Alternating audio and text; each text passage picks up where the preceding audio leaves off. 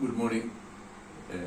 കേരള ഗവൺമെന്റിന്റെ VHSC ആയിട്ട് സഹകരിച്ച് ITI നെറ്റ്വർക്കിംഗിന് ലാൻഡ് നെറ്റ്വർക്കിംഗിനെ പറ്റിയുള്ള ഒരു ചെറിയ പ്രാക്ടിക്കൽ ഓറിയന്റഡ് ക്ലാസ് ആണ് നമ്മൾ ഉദ്ദേശിക്കുന്നത്. കഴിഞ്ഞ വർഷം തിയറി പ്രാക്ടിക്കൽ ക്ലാസ്സുകൾ എല്ലാ VHSCയിലും പോയി എടുക്കാൻ ഞങ്ങൾക്ക് സാധിച്ചു. അന്നേരം ഈ ഒരു അവസരം തന്ന കേരള ഗവൺമെന്റിനും VHSC ഡയറക്ടറേറ്റിനും എല്ലാം നന്ദി പറയുന്നു. ITI ഇന്ത്യയിലെ പ്രഥമ പൊതുമേഖലാ സ്ഥാപനമാണ്. ടെലികോം രംഗത്താണ് ITIയുടെ സർവീസ് ഉള്ളത്. ITIയുടെ ഹെഡ്ക്വാർട്ടേഴ്സ് ബാംഗ്ലൂരാണ്. പാലക്കാട് ഒരു ഫാക്ടറി ഉണ്ട്. അതേപോലെ തന്നെ UPയിലും അങ്ങനെ ഇന്ത്യയുടെ ഇതര ഭാഗങ്ങളിലും ഫാക്ടറികളും പിന്നെ റീജിയണൽ ഓഫീസുകളും മറ്റു ഓഫീസുകളും എല്ലാമായിട്ട് പാൻ ഇന്ത്യ നെറ്റ്വർക്കുള്ള ഒരു സ്ഥാപനമാണ് ITI. വർഷങ്ങളായിട്ട് ഏകദേശം 70 വർഷത്തോളമായി ടെലികോം രംഗത്ത് പ്രവർത്തിക്കുന്നു. ITIക്ക് ടെലികോം രംഗത്തും ലാൻഡ് നെറ്റ്വർക്കിങ്ങിലും കമ്പ്യൂട്ടറിലും എല്ലാം വളരെ ദീർഘകാലത്തെ പ്രവർത്തന പരിചയമുള്ളതാണ്. അന്നേരം കുട്ടികൾക്ക് എല്ലാം ആദ്യമേ നെറ്റ്വർക്കിങ്ങിനെ പറ്റിയുള്ള കുറച്ച് ബേസിക് കാര്യങ്ങളെല്ലാം നിങ്ങൾ തിയറി ക്ലാസ്സുകൾ വഴി പഠിച്ചു എന്ന് കരുതുന്നു. അത് അവർക്ക് വേണ്ടിയിട്ട് പ്രാക്ടിക്കൽ ഇൻഫർമേഷൻ നമുക്ക് ഇപ്പോഴത്തെ സാഹചര്യത്തിൽ നേരിട്ട് ക്ലാസ്സിൽ വന്ന് തരാൻ പറ്റാത്തത് കൊണ്ട് ആണ് ഇങ്ങനെ ഒരു ക്ലാസ് അറേഞ്ച് ചെയ്യാനായിട്ട് ഗവൺമെന്റ് VHSC ഡയറക്ടറേറ്റ് ആവശ്യപ്പെട്ടത്. നമ്മൾ മിനിമം ചെറിയ ചെറിയ കാര്യങ്ങളാണ് ആദ്യമായിട്ട് പറയുന്നത്. നെറ്റ്വർക്കിംഗ് ആണ് നമ്മുടെ സബ്ജക്ട് നമ്മൾ ഉദ്ദേശിക്കുന്നത്. നെറ്റ്വർക്കിങ്ങിന്റെ പ്രധാന ഉദ്ദേശം എന്ന് പറയുന്നത് തന്നെ കണക്ടിവിറ്റിയാണ്. അതായത് റിസോഴ്സ് ഷെയറിങ്. നമ്മുടെ കയ്യിൽ പല കമ്പ്യൂട്ടറുകളോ അല്ലെങ്കിൽ ഡിവൈസുകളോ ഒക്കെ ഉണ്ടാകാം. അത് തമ്മിൽ കണക്ട് ചെയ്ത് എല്ലാം അങ്ങോട്ടും ഇങ്ങോട്ടും എല്ലാം ഉപയോഗിക്കുക എന്നുള്ളതാണ് ഉദ്ദേശിക്കുന്നത്. ഇപ്പൊ ഇവിടെ ഒരു ലാപ്ടോപ്പ് ഉണ്ട്. ഈ ലാപ്ടോപ്പും അല്ലെങ്കിൽ അവിടെ ഒരു PC, ആ PCയും അല്ലെങ്കിൽ ഇവിടെ ഒരു പ്രിന്റർ, ആ പ്രിന്ററുകളും എല്ലാം ഇവിടെ നിന്ന് തന്നെ യൂസ് ചെയ്യുന്നതിന് വേണ്ടിയിട്ട് നമുക്ക് ഈ നെറ്റ്വർക്കിംഗ് ഉപയോഗിക്കാം. നെറ്റ്വർക്കിങ്ങിന് ബേസിക് ആയിട്ടുള്ള പല ചാനലുകൾ വഴിയാണ് നെറ്റ്വർക്ക് നടക്കുന്നത്. ഒന്നാണ് കോപ്പർ എന്ന് പറയും, അല്ലെങ്കിൽ UTP കേബിൾ. ഇതൊരു UTP കേബിളാണ്. ഇതാണ് ഒരു ബേസിക് ആയിട്ടുള്ള നെറ്റ്വർക്കിങ്ങിന് വേണ്ട കാര്യം. UTP എന്ന് പറഞ്ഞാൽ അൺഷീൽഡഡ് ട്വിസ്റ്റഡ് പെയർ ആയിട്ടുള്ള കുറെ സെറ്റ് ഓഫ് കേബിളുകളുടെ ഒരു ട്വിസ്റ്റ് ചെയ്തിരിക്കുന്ന അൺഷീൽഡഡ് ആണിത്. അങ്ങനത്തെ അതുകൊണ്ടാണ് UTP എന്ന് പറയുന്നത്. UTP തന്നെ പല വിധത്തിലുണ്ട്. CAT5, CAT6, CAT5E, CAT6. CAT6 ആണ് ഇപ്പം ഏറ്റവും ലേറ്റസ്റ്റ് ആയിട്ടുള്ളത്. അതും അതിന്റെ സ്പീഡാണ്. നമ്മൾ നെറ്റ്വർക്കിങ്ങിന് ഏറ്റവും ബേസിക് ആയിട്ടുള്ളത് സ്പീഡാണ്. സ്പീഡ് എന്ന് പറയുമ്പോഴത്തേക്കും ബാൻഡ് വിഡ്ത്ത്, അതായത് 110 Mbps, 100 Mbps, 1000 Mbps അങ്ങനെയൊക്കെ പലതും പറയും. അതുപോലെ തന്നെ ഫുൾ ഡ്യൂപ്ലക്സ് എന്ന് പറയും. ഒരേ സമയത്ത് തന്നെ അങ്ങോട്ടും ഇങ്ങോട്ടും ഒക്കെ പോകുന്നത്. 100 Mbps ഫുൾ ഡ്യൂപ്ലക്സ്, അതാണ് ഫാസ്റ്റ് ഈതർനെറ്റ് എന്ന് പറയുന്നത്. ഇത് അങ്ങനെ ഫാസ്റ്റ് ഈതർനെറ്റ് കണക്ടിവിറ്റി ഉപയോഗിക്കുന്ന കേബിളാണ് UTP CAT6 കേബിൾ. ഇത് അത്ര ഒരു കേബിളും അതിന്റെ എന്തിലുള്ള ഒരു കണക്ടറുമാണ്. ഈ കണക്ടറിന് പറയുന്നത് RJ45 കണക്ടർ എന്നാണ് ഈ കണക്ടറിന് പറയുന്നത്. ഈ കണക്ടർ ട്രിംപ് ചെയ്യുക എന്നതൊക്കെ നിങ്ങൾക്ക് അടുത്ത ലെസണിൽ പിന്നീട് കണ്ടിന്യൂ ചെയ്യുന്നതായിരിക്കും. ഇതിന്റെ തന്നെ ചെറിയ ഒരു അല്ലെങ്കിൽ ജായ്ക്കെന്നും പറയുന്നത്. ഇത് കണക്ട് ചെയ്യുന്ന പോർട്ടിന് ആണ് പറയുന്നത് RJ45 പോർട്ട്. അതേയുള്ള ഓരോ PCക്കും അങ്ങനെ ഒരു പോർട്ടുണ്ട്. ഈ പോർട്ടിലാണ് ഇത് കണക്ട് ചെയ്യുന്നത്. ജായ്ക്ക് കണക്ട് ചെയ്യുന്നത്. ഇത് കണക്ട് ചെയ്ത് കഴിഞ്ഞ് കഴിഞ്ഞാൽ മറ്റേ എന്റെ എവിടെ കണക്ട് ചെയ്യണം? അത് കണക്ട് ചെയ്യുന്നതിന്റെ ഏറ്റവും ബേസിക് ആയിട്ടുള്ള ഒരു എക്യുപ്മെന്റ് ആണ് സ്വിച്ച്. കമ്പ്യൂട്ടർ ഏത് നെറ്റ്വർക്കിങ്ങിന്റെ ബേസിക് ആയിട്ടുള്ള ഒരു കാര്യമാണ് ലാൻഡ് സ്വിച്ച്. ഇതൊരു 8 പോർട്ട് സ്വിച്ച് ആണ്. D-Linkന്റെ 8 കണക്ഷൻ, 8 പീസുകൾ ഇതിനകത്ത് കണക്ട് ചെയ്യാം. വളരെ ചെറുത്, ഏറ്റവും മിനിമം ആയിട്ടുള്ള കാര്യമാണ്. D-Linkന്റെ പല കമ്പനികളുടെ ഉണ്ടാക്കുന്നുണ്ട്. അതിലൊരു കമ്പനിയാണ് D-Link. അങ്ങനെ 8 പോർട്ട്. അതായത് ഇതിന്റെ സ്പീഡും ഉണ്ട്. Gigabit switch, fast Ethernet switch എന്നൊക്കെ പല ഇത് പറയും. ഫാസ്റ്റ് ഈതർനെറ്റ് ആകുമ്പോൾ 100 Mbps, ജിഗാബിറ്റ് സ്വിച്ച് ആകുമ്പോൾ 1000 Mbps. അത്രയും സ്പീഡിൽ അതിൽ പോകുന്നു. 1 Gbps. അങ്ങനെയല്ല 100 Gbps വരെയുള്ള മൾട്ടി Gbps വരെയുള്ള സ്വിച്ചുകളും ഒക്കെ ഇപ്പൊ അവൈലബിൾ ആണ്. എന്നാലും ഒരു സാധാരണ നെറ്റ്വർക്കിന് 100 Mbps ധാരാളം മതിയാകും. ഫാസ്റ്റ് ഈതർനെറ്റ് മതി. ജിഗാബിറ്റ് സ്വിച്ച് കുറച്ചും കൂടെ കൂടുതൽ ഡേറ്റയും ഒക്കെ ഉണ്ടെങ്കിലാണ് ജിഗാബിറ്റ് സ്വിച്ച് വരുന്നത്. സ്വിച്ചുകൾ തന്നെ പല ഇതുണ്ട്. ഇതെന്ന് പറയുന്നത് ഏറ്റവും സിമ്പിൾ ആയിട്ട് സ്വിച്ച്. ഇതിനകത്ത് മാനേജബിലിറ്റിയോ ഒന്നും ഇല്ല. അങ്ങനെയുള്ള പല സ്വിച്ചുകൾ. ഇതൊരു വേറെ ഒരു വലിയ സ്വിച്ചാണ്. D-Linkന്റെ ഒരു വലിയ സ്വിച്ചാണ്. 48 പോർട്ടുണ്ട്. ഇത് 48 പോർട്ടിൽ തന്നെ നമുക്ക് 48 എക്യുപ്മെന്റ് ഇതിനകത്ത് കണക്ട് ചെയ്യാം. ഈ പഴയ 8 പോർട്ട് സ്വിച്ച് ആണെങ്കിൽ 8 എക്യുപ്മെന്റ് ഇതിൽ കണക്ട് ചെയ്യാൻ പറ്റത്തുള്ളൂ. എന്നിട്ട് ഈ 48 പോർട്ടുള്ള ഈ സ്വിച്ചില് നമുക്ക് ഇതിനെല്ലാ സ്വിച്ച് ഓരോ പോർട്ടിനും ഓരോ നമ്പറുണ്ട്. 1 തൊട്ട് 48 വരെയുള്ളത്. പിന്നെ ഇതിനകത്തൊരു 4 പോർട്ട് മൾട്ടി പോർട്ട് എന്ന് പറയുന്നത് പല കാര്യത്തിനും ഉപയോഗിക്കാം. ഇത് വേണമെന്നുണ്ടെങ്കിൽ പ്ലഗ് ഇൻ ചെയ്തിട്ട് നമുക്ക് ഫൈബർ കണക്ട് ചെയ്യാനായിട്ട് എസ് എഫ് പി യൂണിറ്റ് ഉണ്ട്. അത് നമുക്ക് കുറച്ച് കഴിഞ്ഞിട്ട് നോക്കാം. ഇതാ ഇങ്ങനത്തെ സ്വിച്ചുകളുണ്ട്. പിന്നെ അത് തന്നെ ചെറിയ 24 പോർട്ടിന്റെ ഒക്കെ ഉണ്ട്. 24 പോർട്ടിന്റെ ചെറിയ ഇത് തന്നെയുള്ള കുറച്ച് മാനേജർ. സിസ്കോ എന്നുള്ളത് ഒരു വലിയൊരു നെറ്റ്വർക്കിങ്ങിന്റെ ഒരു ലോകത്തിലെ തന്നെ ഏറ്റവും വലിയ കമ്പനിയായിട്ടാണ് അറിയപ്പെടുന്നത് സിസ്കോ. ഇങ്ങനത്തെ സ്വിച്ച് ഉണ്ട്. ഇതിനുമുണ്ട് നമ്മുടെ മൾട്ടി പോർട്ടുകൾ, ഗിഗാബിറ്റ് പോർട്ടുള്ളത്. പിന്നെ സ്വിച്ചുകൾ തന്നെ പലതരമുണ്ട്. സാധാരണ സ്വിച്ചുകൾ, മാനേജബിൾ സ്വിച്ച്, ലെയർ 3 സ്വിച്ച് എന്ന് പറയുമ്പോഴത്തേക്കും നെറ്റ്വർക്കിങ്ങിന് ഒരു കണക്ഷൻ ഉണ്ട്. 7 ലെയേഴ്സ് എന്നാണ് നെറ്റ്വർക്കിങ്ങിന്റെ. അത് നിങ്ങൾ തിയറിയിൽ പഠിച്ചു കാണും. 7 ലെയർ 2 ഡിവൈസ് ആണ് ഒരു സ്വിച്ച്. ലെയർ 3 ആകുമ്പോഴത്തേക്കും ഇന്റർ കണക്ടിവിറ്റി, റൗട്ടിംഗ് ഫംഗ്ഷൻ ഉള്ള സ്വിച്ചുകളാണ്. അതായത് ഒരു ലാനിൽ നിന്ന് വേറൊരു ലാനിലേക്ക് കണക്ട് ചെയ്യുന്ന സ്വിച്ചുകളാണ്. അതാണ് ലെയർ 3 സ്വിച്ച്. പിന്നെ ലെയർ 2വിൽ തന്നെ മാനേജബിൾ സ്വിച്ച് എന്ന് പറയും. മാനേജബിൾ സ്വിച്ച് എന്ന് പറഞ്ഞാൽ VLAN. സാധാരണഗതിയിൽ ഇതിനകത്ത് ഇത്രയും പോർട്ട് ഉണ്ടെങ്കിൽ ഇതിനകത്ത് എല്ലാം ഒറ്റ ലാനിൽ തന്നെയായിരിക്കും. നമുക്ക് ഈ ഏത് പോർട്ടിലുള്ളതും അങ്ങോട്ടും ഇങ്ങോട്ടും എല്ലാം കണക്ട് ചെയ്ത് കഴിഞ്ഞ് കഴിഞ്ഞാൽ അത് വർക്ക് ചെയ്യും. പോർട്ട് 1ലുള്ള ഒരു എക്യുപ്മെന്റും പോർട്ട് 48ലുള്ള പോർട്ടും എങ്ങനെയാണെങ്കിലും അത് ലാനിൽ എത്തിക്കഴിഞ്ഞാൽ അത് വർക്ക് ചെയ്യും. പക്ഷെ നമുക്കൊരു VLAN ഉണ്ട്. വിർച്വൽ ലാൻ സെറ്റ് ചെയ്യാവുന്ന സ്വിച്ചുകളാണ് മാനേജബിൾ സ്വിച്ച്. നമ്മൾ ഇതിനകത്തെ കുറെ പോർട്ടുകൾ സെലക്ട് ചെയ്യുന്നു. 1 തൊട്ട് 20 വരെയുള്ള ഒരു ലാന്, 21 തൊട്ട് 30 വരെയുള്ള ഒരു ലാന്, 31 തൊട്ട് 48 വരെയുള്ള വേറൊരു ലാന്. അങ്ങനെയാണെങ്കിൽ അത് ആ ലാനും ഇന്റർ VLAനായിട്ട് കണക്ടിവിറ്റി കിട്ടത്തില്ല. ഒരു ലാനിലുള്ളതിനെ ഒരു പ്രൈവറ്റ് നെറ്റ്വർക്കായിട്ട് വർക്ക് ചെയ്യാം, മറ്റതിനെ വേറൊരു നെറ്റ്വർക്കായിട്ട് വർക്ക് ചെയ്യാം, വേറൊരു നെറ്റ്വർക്കായിട്ട് വർക്ക് ചെയ്യും. അങ്ങനെയുള്ളതിനാണ് VLAN എന്ന് പറയുന്നത്. ആ VLAN കോൺഫിഗർ ചെയ്യാവുന്ന സ്വിച്ചുകളാണ് മാനേജബിൾ സ്വിച്ചുകൾ.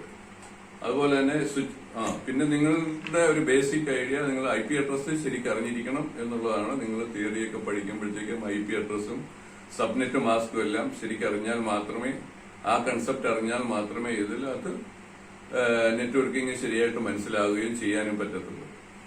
പിന്നെ നെറ്റ്വർക്കിംഗിന്റെ ഇതാണ് ഒരു പ്രോട്ടോകോൾ എന്നുള്ളതാണ്, സ്ട്രിക്ട് റൂള്. നമ്മളിപ്പോ ഇതൊരു ഡീലിംഗിന്റെ സ്വിച്ച്, അതാണെങ്കിൽ നമ്മൾ നേരത്തെ കണ്ട ഒരു സിസ്കോയുടെ ഒരു സ്വിച്ച്, PC ആണെങ്കിൽ ഒരു ഡെല്ലിന്റെ PC. ഇതെല്ലാം കൂടെ ഇന്റർ കണക്ടിവിറ്റി കിട്ടണമെന്നുണ്ടെങ്കിൽ സ്ട്രിക്റ്റ് സ്റ്റാൻഡേർഡ്സ് ഉണ്ട്. അതുകൊണ്ടാണ് പ്രോട്ടോകോൾ എന്ന് പറയുന്നത്. ഏതെല്ലാം എക്യുപ്മെന്റ് ആണെങ്കിലും ഒരു ISO സ്റ്റാൻഡേർഡുള്ള പ്രോട്ടോകോളും മീറ്റ് ചെയ്യുന്ന എക്യുപ്മെന്റ് ആയിരിക്കണം. ഇതാണ് സ്വിച്ചുകളെ പറ്റിയുള്ള ഒരു ഏകദേശ ഐഡിയ. ഇനി ഈ സ്വിച്ചുകളുടെ കണക്ടിവിറ്റി നമ്മൾ പറഞ്ഞു. എല്ലാം കോപ്പർ കണക്ടിവിറ്റിയാണ്, കേബിളാണ്. ഇതൊരു ലാൻ കേബിളാണ്. ലാൻ കേബിളിലെ ഈ കണക്ടിവിറ്റി കുറെ കളേർഡ് കേബിൾസ് എല്ലാം ഉണ്ട്. അതെല്ലാം നിങ്ങളുടെ ലാബിനകത്ത് പഠിക്കുന്നതായിരിക്കും. പിന്നെ അത് തന്നെ നിങ്ങൾക്ക് ഇത് നോക്കിയാൽ അറിയാവുന്നത്. ഇത് ഇങ്ങനെ ചെറിയ വളരെ ലെങ്ത്, ഈ കേബിളിന്റെ ഒരു പ്രത്യേകത എന്ന് വെച്ചാൽ 100 മീറ്ററാണ് ഇതിന്റെ ലെങ്ത്.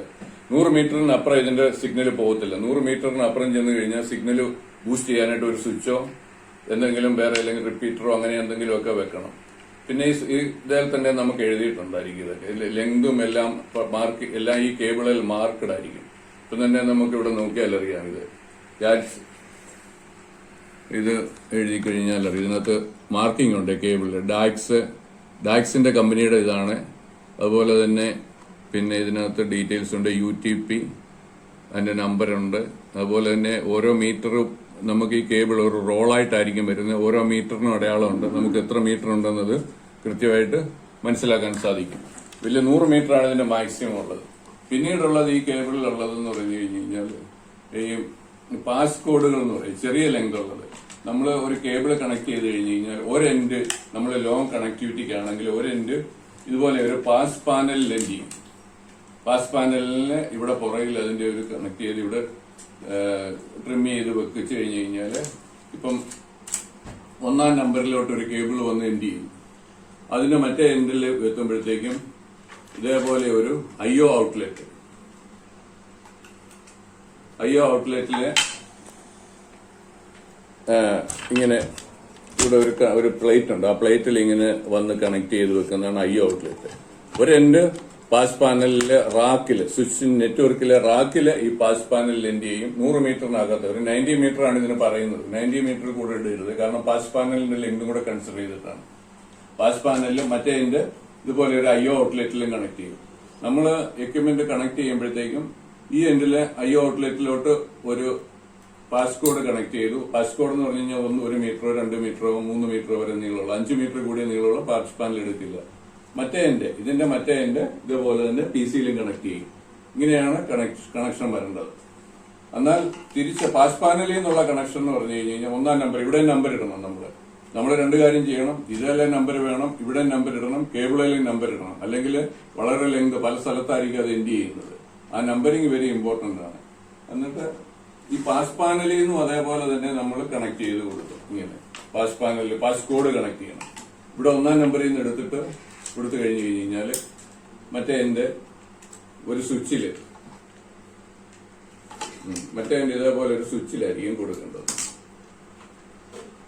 സ്വിച്ചില് നമുക്കറിയാം ഏത് ലാനിൽ ഏത് പോർട്ടിൽ കൊടുക്കണമെന്നുള്ള രീതിയിൽ വെച്ചിട്ട് സ്വിച്ചിൽ കണക്ട് ചെയ്യണം.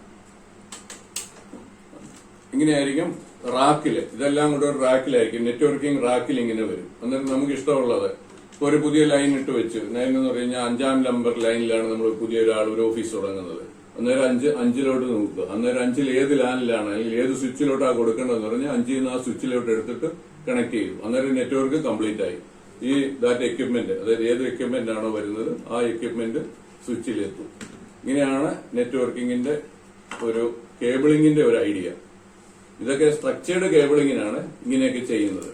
അല്ലാതെ സാധാരണഗതിയിൽ നമ്മൾ ഒരു PC കണക്ട് ചെയ്യണം. കുറെ നെറ്റ്വർക്ക് വേണമെന്നുണ്ടെങ്കിൽ ചെറിയൊരു സ്വിച്ച് മേടിക്കുക, എല്ലാം എടുക്കുക, ഇങ്ങോട്ട് കണക്ട് ചെയ്യുക, അത്ര തന്നെ. വേറെ വലിയ കാര്യമായിട്ടൊന്നും ചെയ്യാനില്ല. വളരെ ചെറിയ ലൊക്കേഷനിലാണെങ്കിൽ ഒരു ബിൽഡിംഗിൽ അല്ലെങ്കിൽ ഒരു റൂമിൽ തന്നെയാണ് നമ്മൾ നെറ്റ്വർക്ക് സെറ്റ് ചെയ്യണമെന്നുണ്ടെങ്കിൽ ഇങ്ങനെ സ്ട്രക്ചേർഡ് കേബിളിംഗിന്റെ ആവശ്യമൊന്നുമില്ല. കുറെ കേബിളോ പാസ്കോബിളോ ഒക്കെ മേടിക്കുക, എന്നിട്ട് എക്യുപ്മെന്റുകളെല്ലാം ഏതെങ്കിലും ഒരു സ്വിച്ചിലോട്ട് കണക്ട് ചെയ്യുക. അന്നേരം നെറ്റ്വർക്ക് കംപ്ലീറ്റ് ആയി.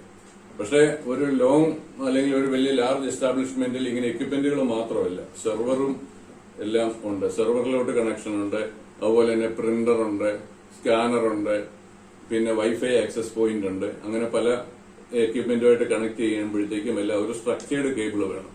അതിനാണ് ഇങ്ങനത്തെ ഉള്ള ഈ പാസ് പാനല്, IO ഔട്ട്ലെറ്റ്, പിന്നെ വലിയ സ്വിച്ചുകള്, അങ്ങനെയുള്ള കാര്യങ്ങളെല്ലാം വേണ്ടത്. ഇതിന്റെ ഒരു ബേസിക് ഐഡിയ മാത്രമാണ് ഇതിന് കിട്ടുന്നത്. നിങ്ങളത് കൂടുതൽ ചെയ്ത് വേണം ഇതിനകത്ത് കൂടുതൽ ഐഡിയ കിട്ടാനായിട്ട്. ഇതിന്റെ ക്രിമ്പ് ചെയ്യുന്നതും എല്ലാം നമുക്ക് അടുത്ത ഒരു ക്ലാസ് ആയിട്ട് നമുക്ക് നടത്തുന്നുണ്ട്. പിന്നീട് ഇതാണ് കോപ്പർ അല്ലെങ്കിൽ UTP നമുക്ക് CAT6 UTP കേബിളാണ് ഇപ്പം കോമൺലി യൂസ് ചെയ്യുന്നത്. പണ്ടൊക്കെ ആയിരുന്നു CAT5ഉം CAT5VU ഒക്കെ ഉള്ളത്. അന്നേരം അത് ജിഗാബിറ്റ് വരെ കണക്ഷൻ പോകും. 1000 Mbps വരെ ഈ കണക്ഷൻ വഴി ഈ CAT6 കേബിൾ വഴി പോകുന്നതാണ്. ഇനി കോപ്പർ പോലെ തന്നെ വേറൊരു അതിനകത്ത് പോകുന്ന ഇലക്ട്രിക് സർക്യൂട്ട് ആണ്, വോൾട്ടേജ് ആണ് ഇതുവഴി പാസ് ചെയ്യുന്നത്. അടുത്ത ഒരു കണക്ഷനാണ് ഒപ്റ്റിക്കൽ ഫൈബർ എന്ന് പറയുന്നത്.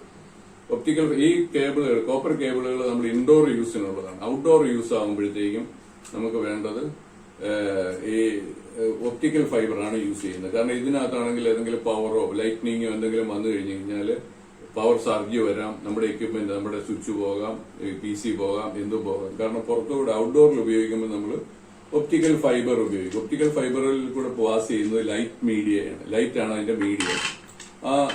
നിങ്ങൾക്കറിയാം ടോട്ടൽ ഇന്റേണൽ റിഫ്ലക്ഷനും എന്നുള്ള പ്രിൻസിപ്പിളും ഒക്കെ ഉപയോഗിച്ചിട്ടാണ് ഇത്. ഒപ്റ്റിക്കൽ ഫൈബർ കേബിളാണ് ഇതൊക്കെ. അതിന്റെ പാസ് കേബിളാണ്. അതിന്റെ ചെറിയ കേബിൾ എന്ന് പറയുന്നത് ഇതുപോലെ ഒരു സ്ട്രാൻഡ് ആയിരിക്കും പോകുന്നത്. ഇങ്ങനത്തെ നിറയെ സ്ട്രാൻഡുകൾ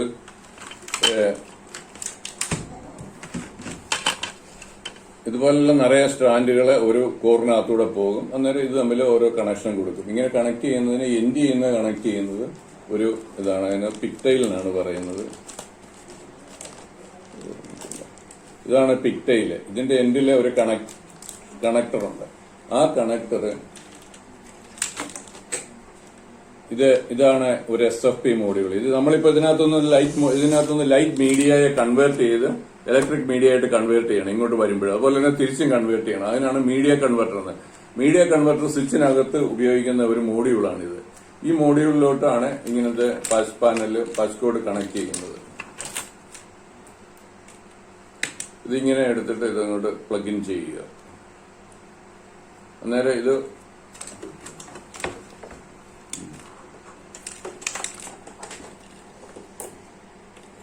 ഇങ്ങനെ കണക്ട് ചെയ്ത് കഴിയുമ്പോഴത്തേക്ക് അത് ഒപ്റ്റിക്കൽ ഫൈബർ ഇവിടെ വരും. ലൈറ്റ് ഇവിടുത്തെ ഈ ഒപ്റ്റിക്കൽ ഫൈബറിലാകുമ്പോഴത്തേക്ക് ലൈറ്റ് സിഗ്നലിനെ എടുത്ത് ഇലക്ട്രിക്കൽ സിഗ്നലാകും, ഇലക്ട്രിക് സിഗ്നലിനെ എടുത്ത് ലൈറ്റ് സിഗ്നലായിട്ട് ലോങ് ഡിസ്റ്റൻസിൽ ഇത് thousands of kilometre. Optical fibre തന്നെ 2 മോഡുണ്ട്, മൾട്ടി മോഡും സിംഗിൾ മോഡും. മൾട്ടി മോഡാണെങ്കിൽ ഏതാണ്ട് 10 കിലോമീറ്റർ വരെ ഒറ്റ കേബിളിൽ പോകും, മറ്റേതാണെങ്കിൽ 1 കിലോമീറ്റർ ആണ് അതിന്റെ ലെങ്ത് അത് കഴിയുമ്പോൾ വീണ്ടും ചെയ്യണം. അതുപോലെ തന്നെ അത് അങ്ങോട്ടും ഇങ്ങോട്ടും പോകുന്നതും, അതായത് ഡ്യൂപ്ലക്സും സിംഗിൾ അങ്ങനെയുള്ള ഫംഗ്ഷനാലിറ്റി എല്ലാം അനുസരിച്ചിട്ട് വേരി ചെയ്യും. അതുപോലെ തന്നെ ഇതിന്റെ കണക്ടറും വേരി ചെയ്യും. ഇതിപ്പോ ആകുമ്പോഴത്തേക്കും SC കണക്ടർ, ST കണക്ടർ എന്നൊക്കെ പറയും. അത് ഇപ്പൊ എല്ലാം ST കണക്ടർ തന്നെയാണ്, SC കണക്ടറാണ്, അതായത് സ്ക്വയർ ടൈപ്പ് ആണ്.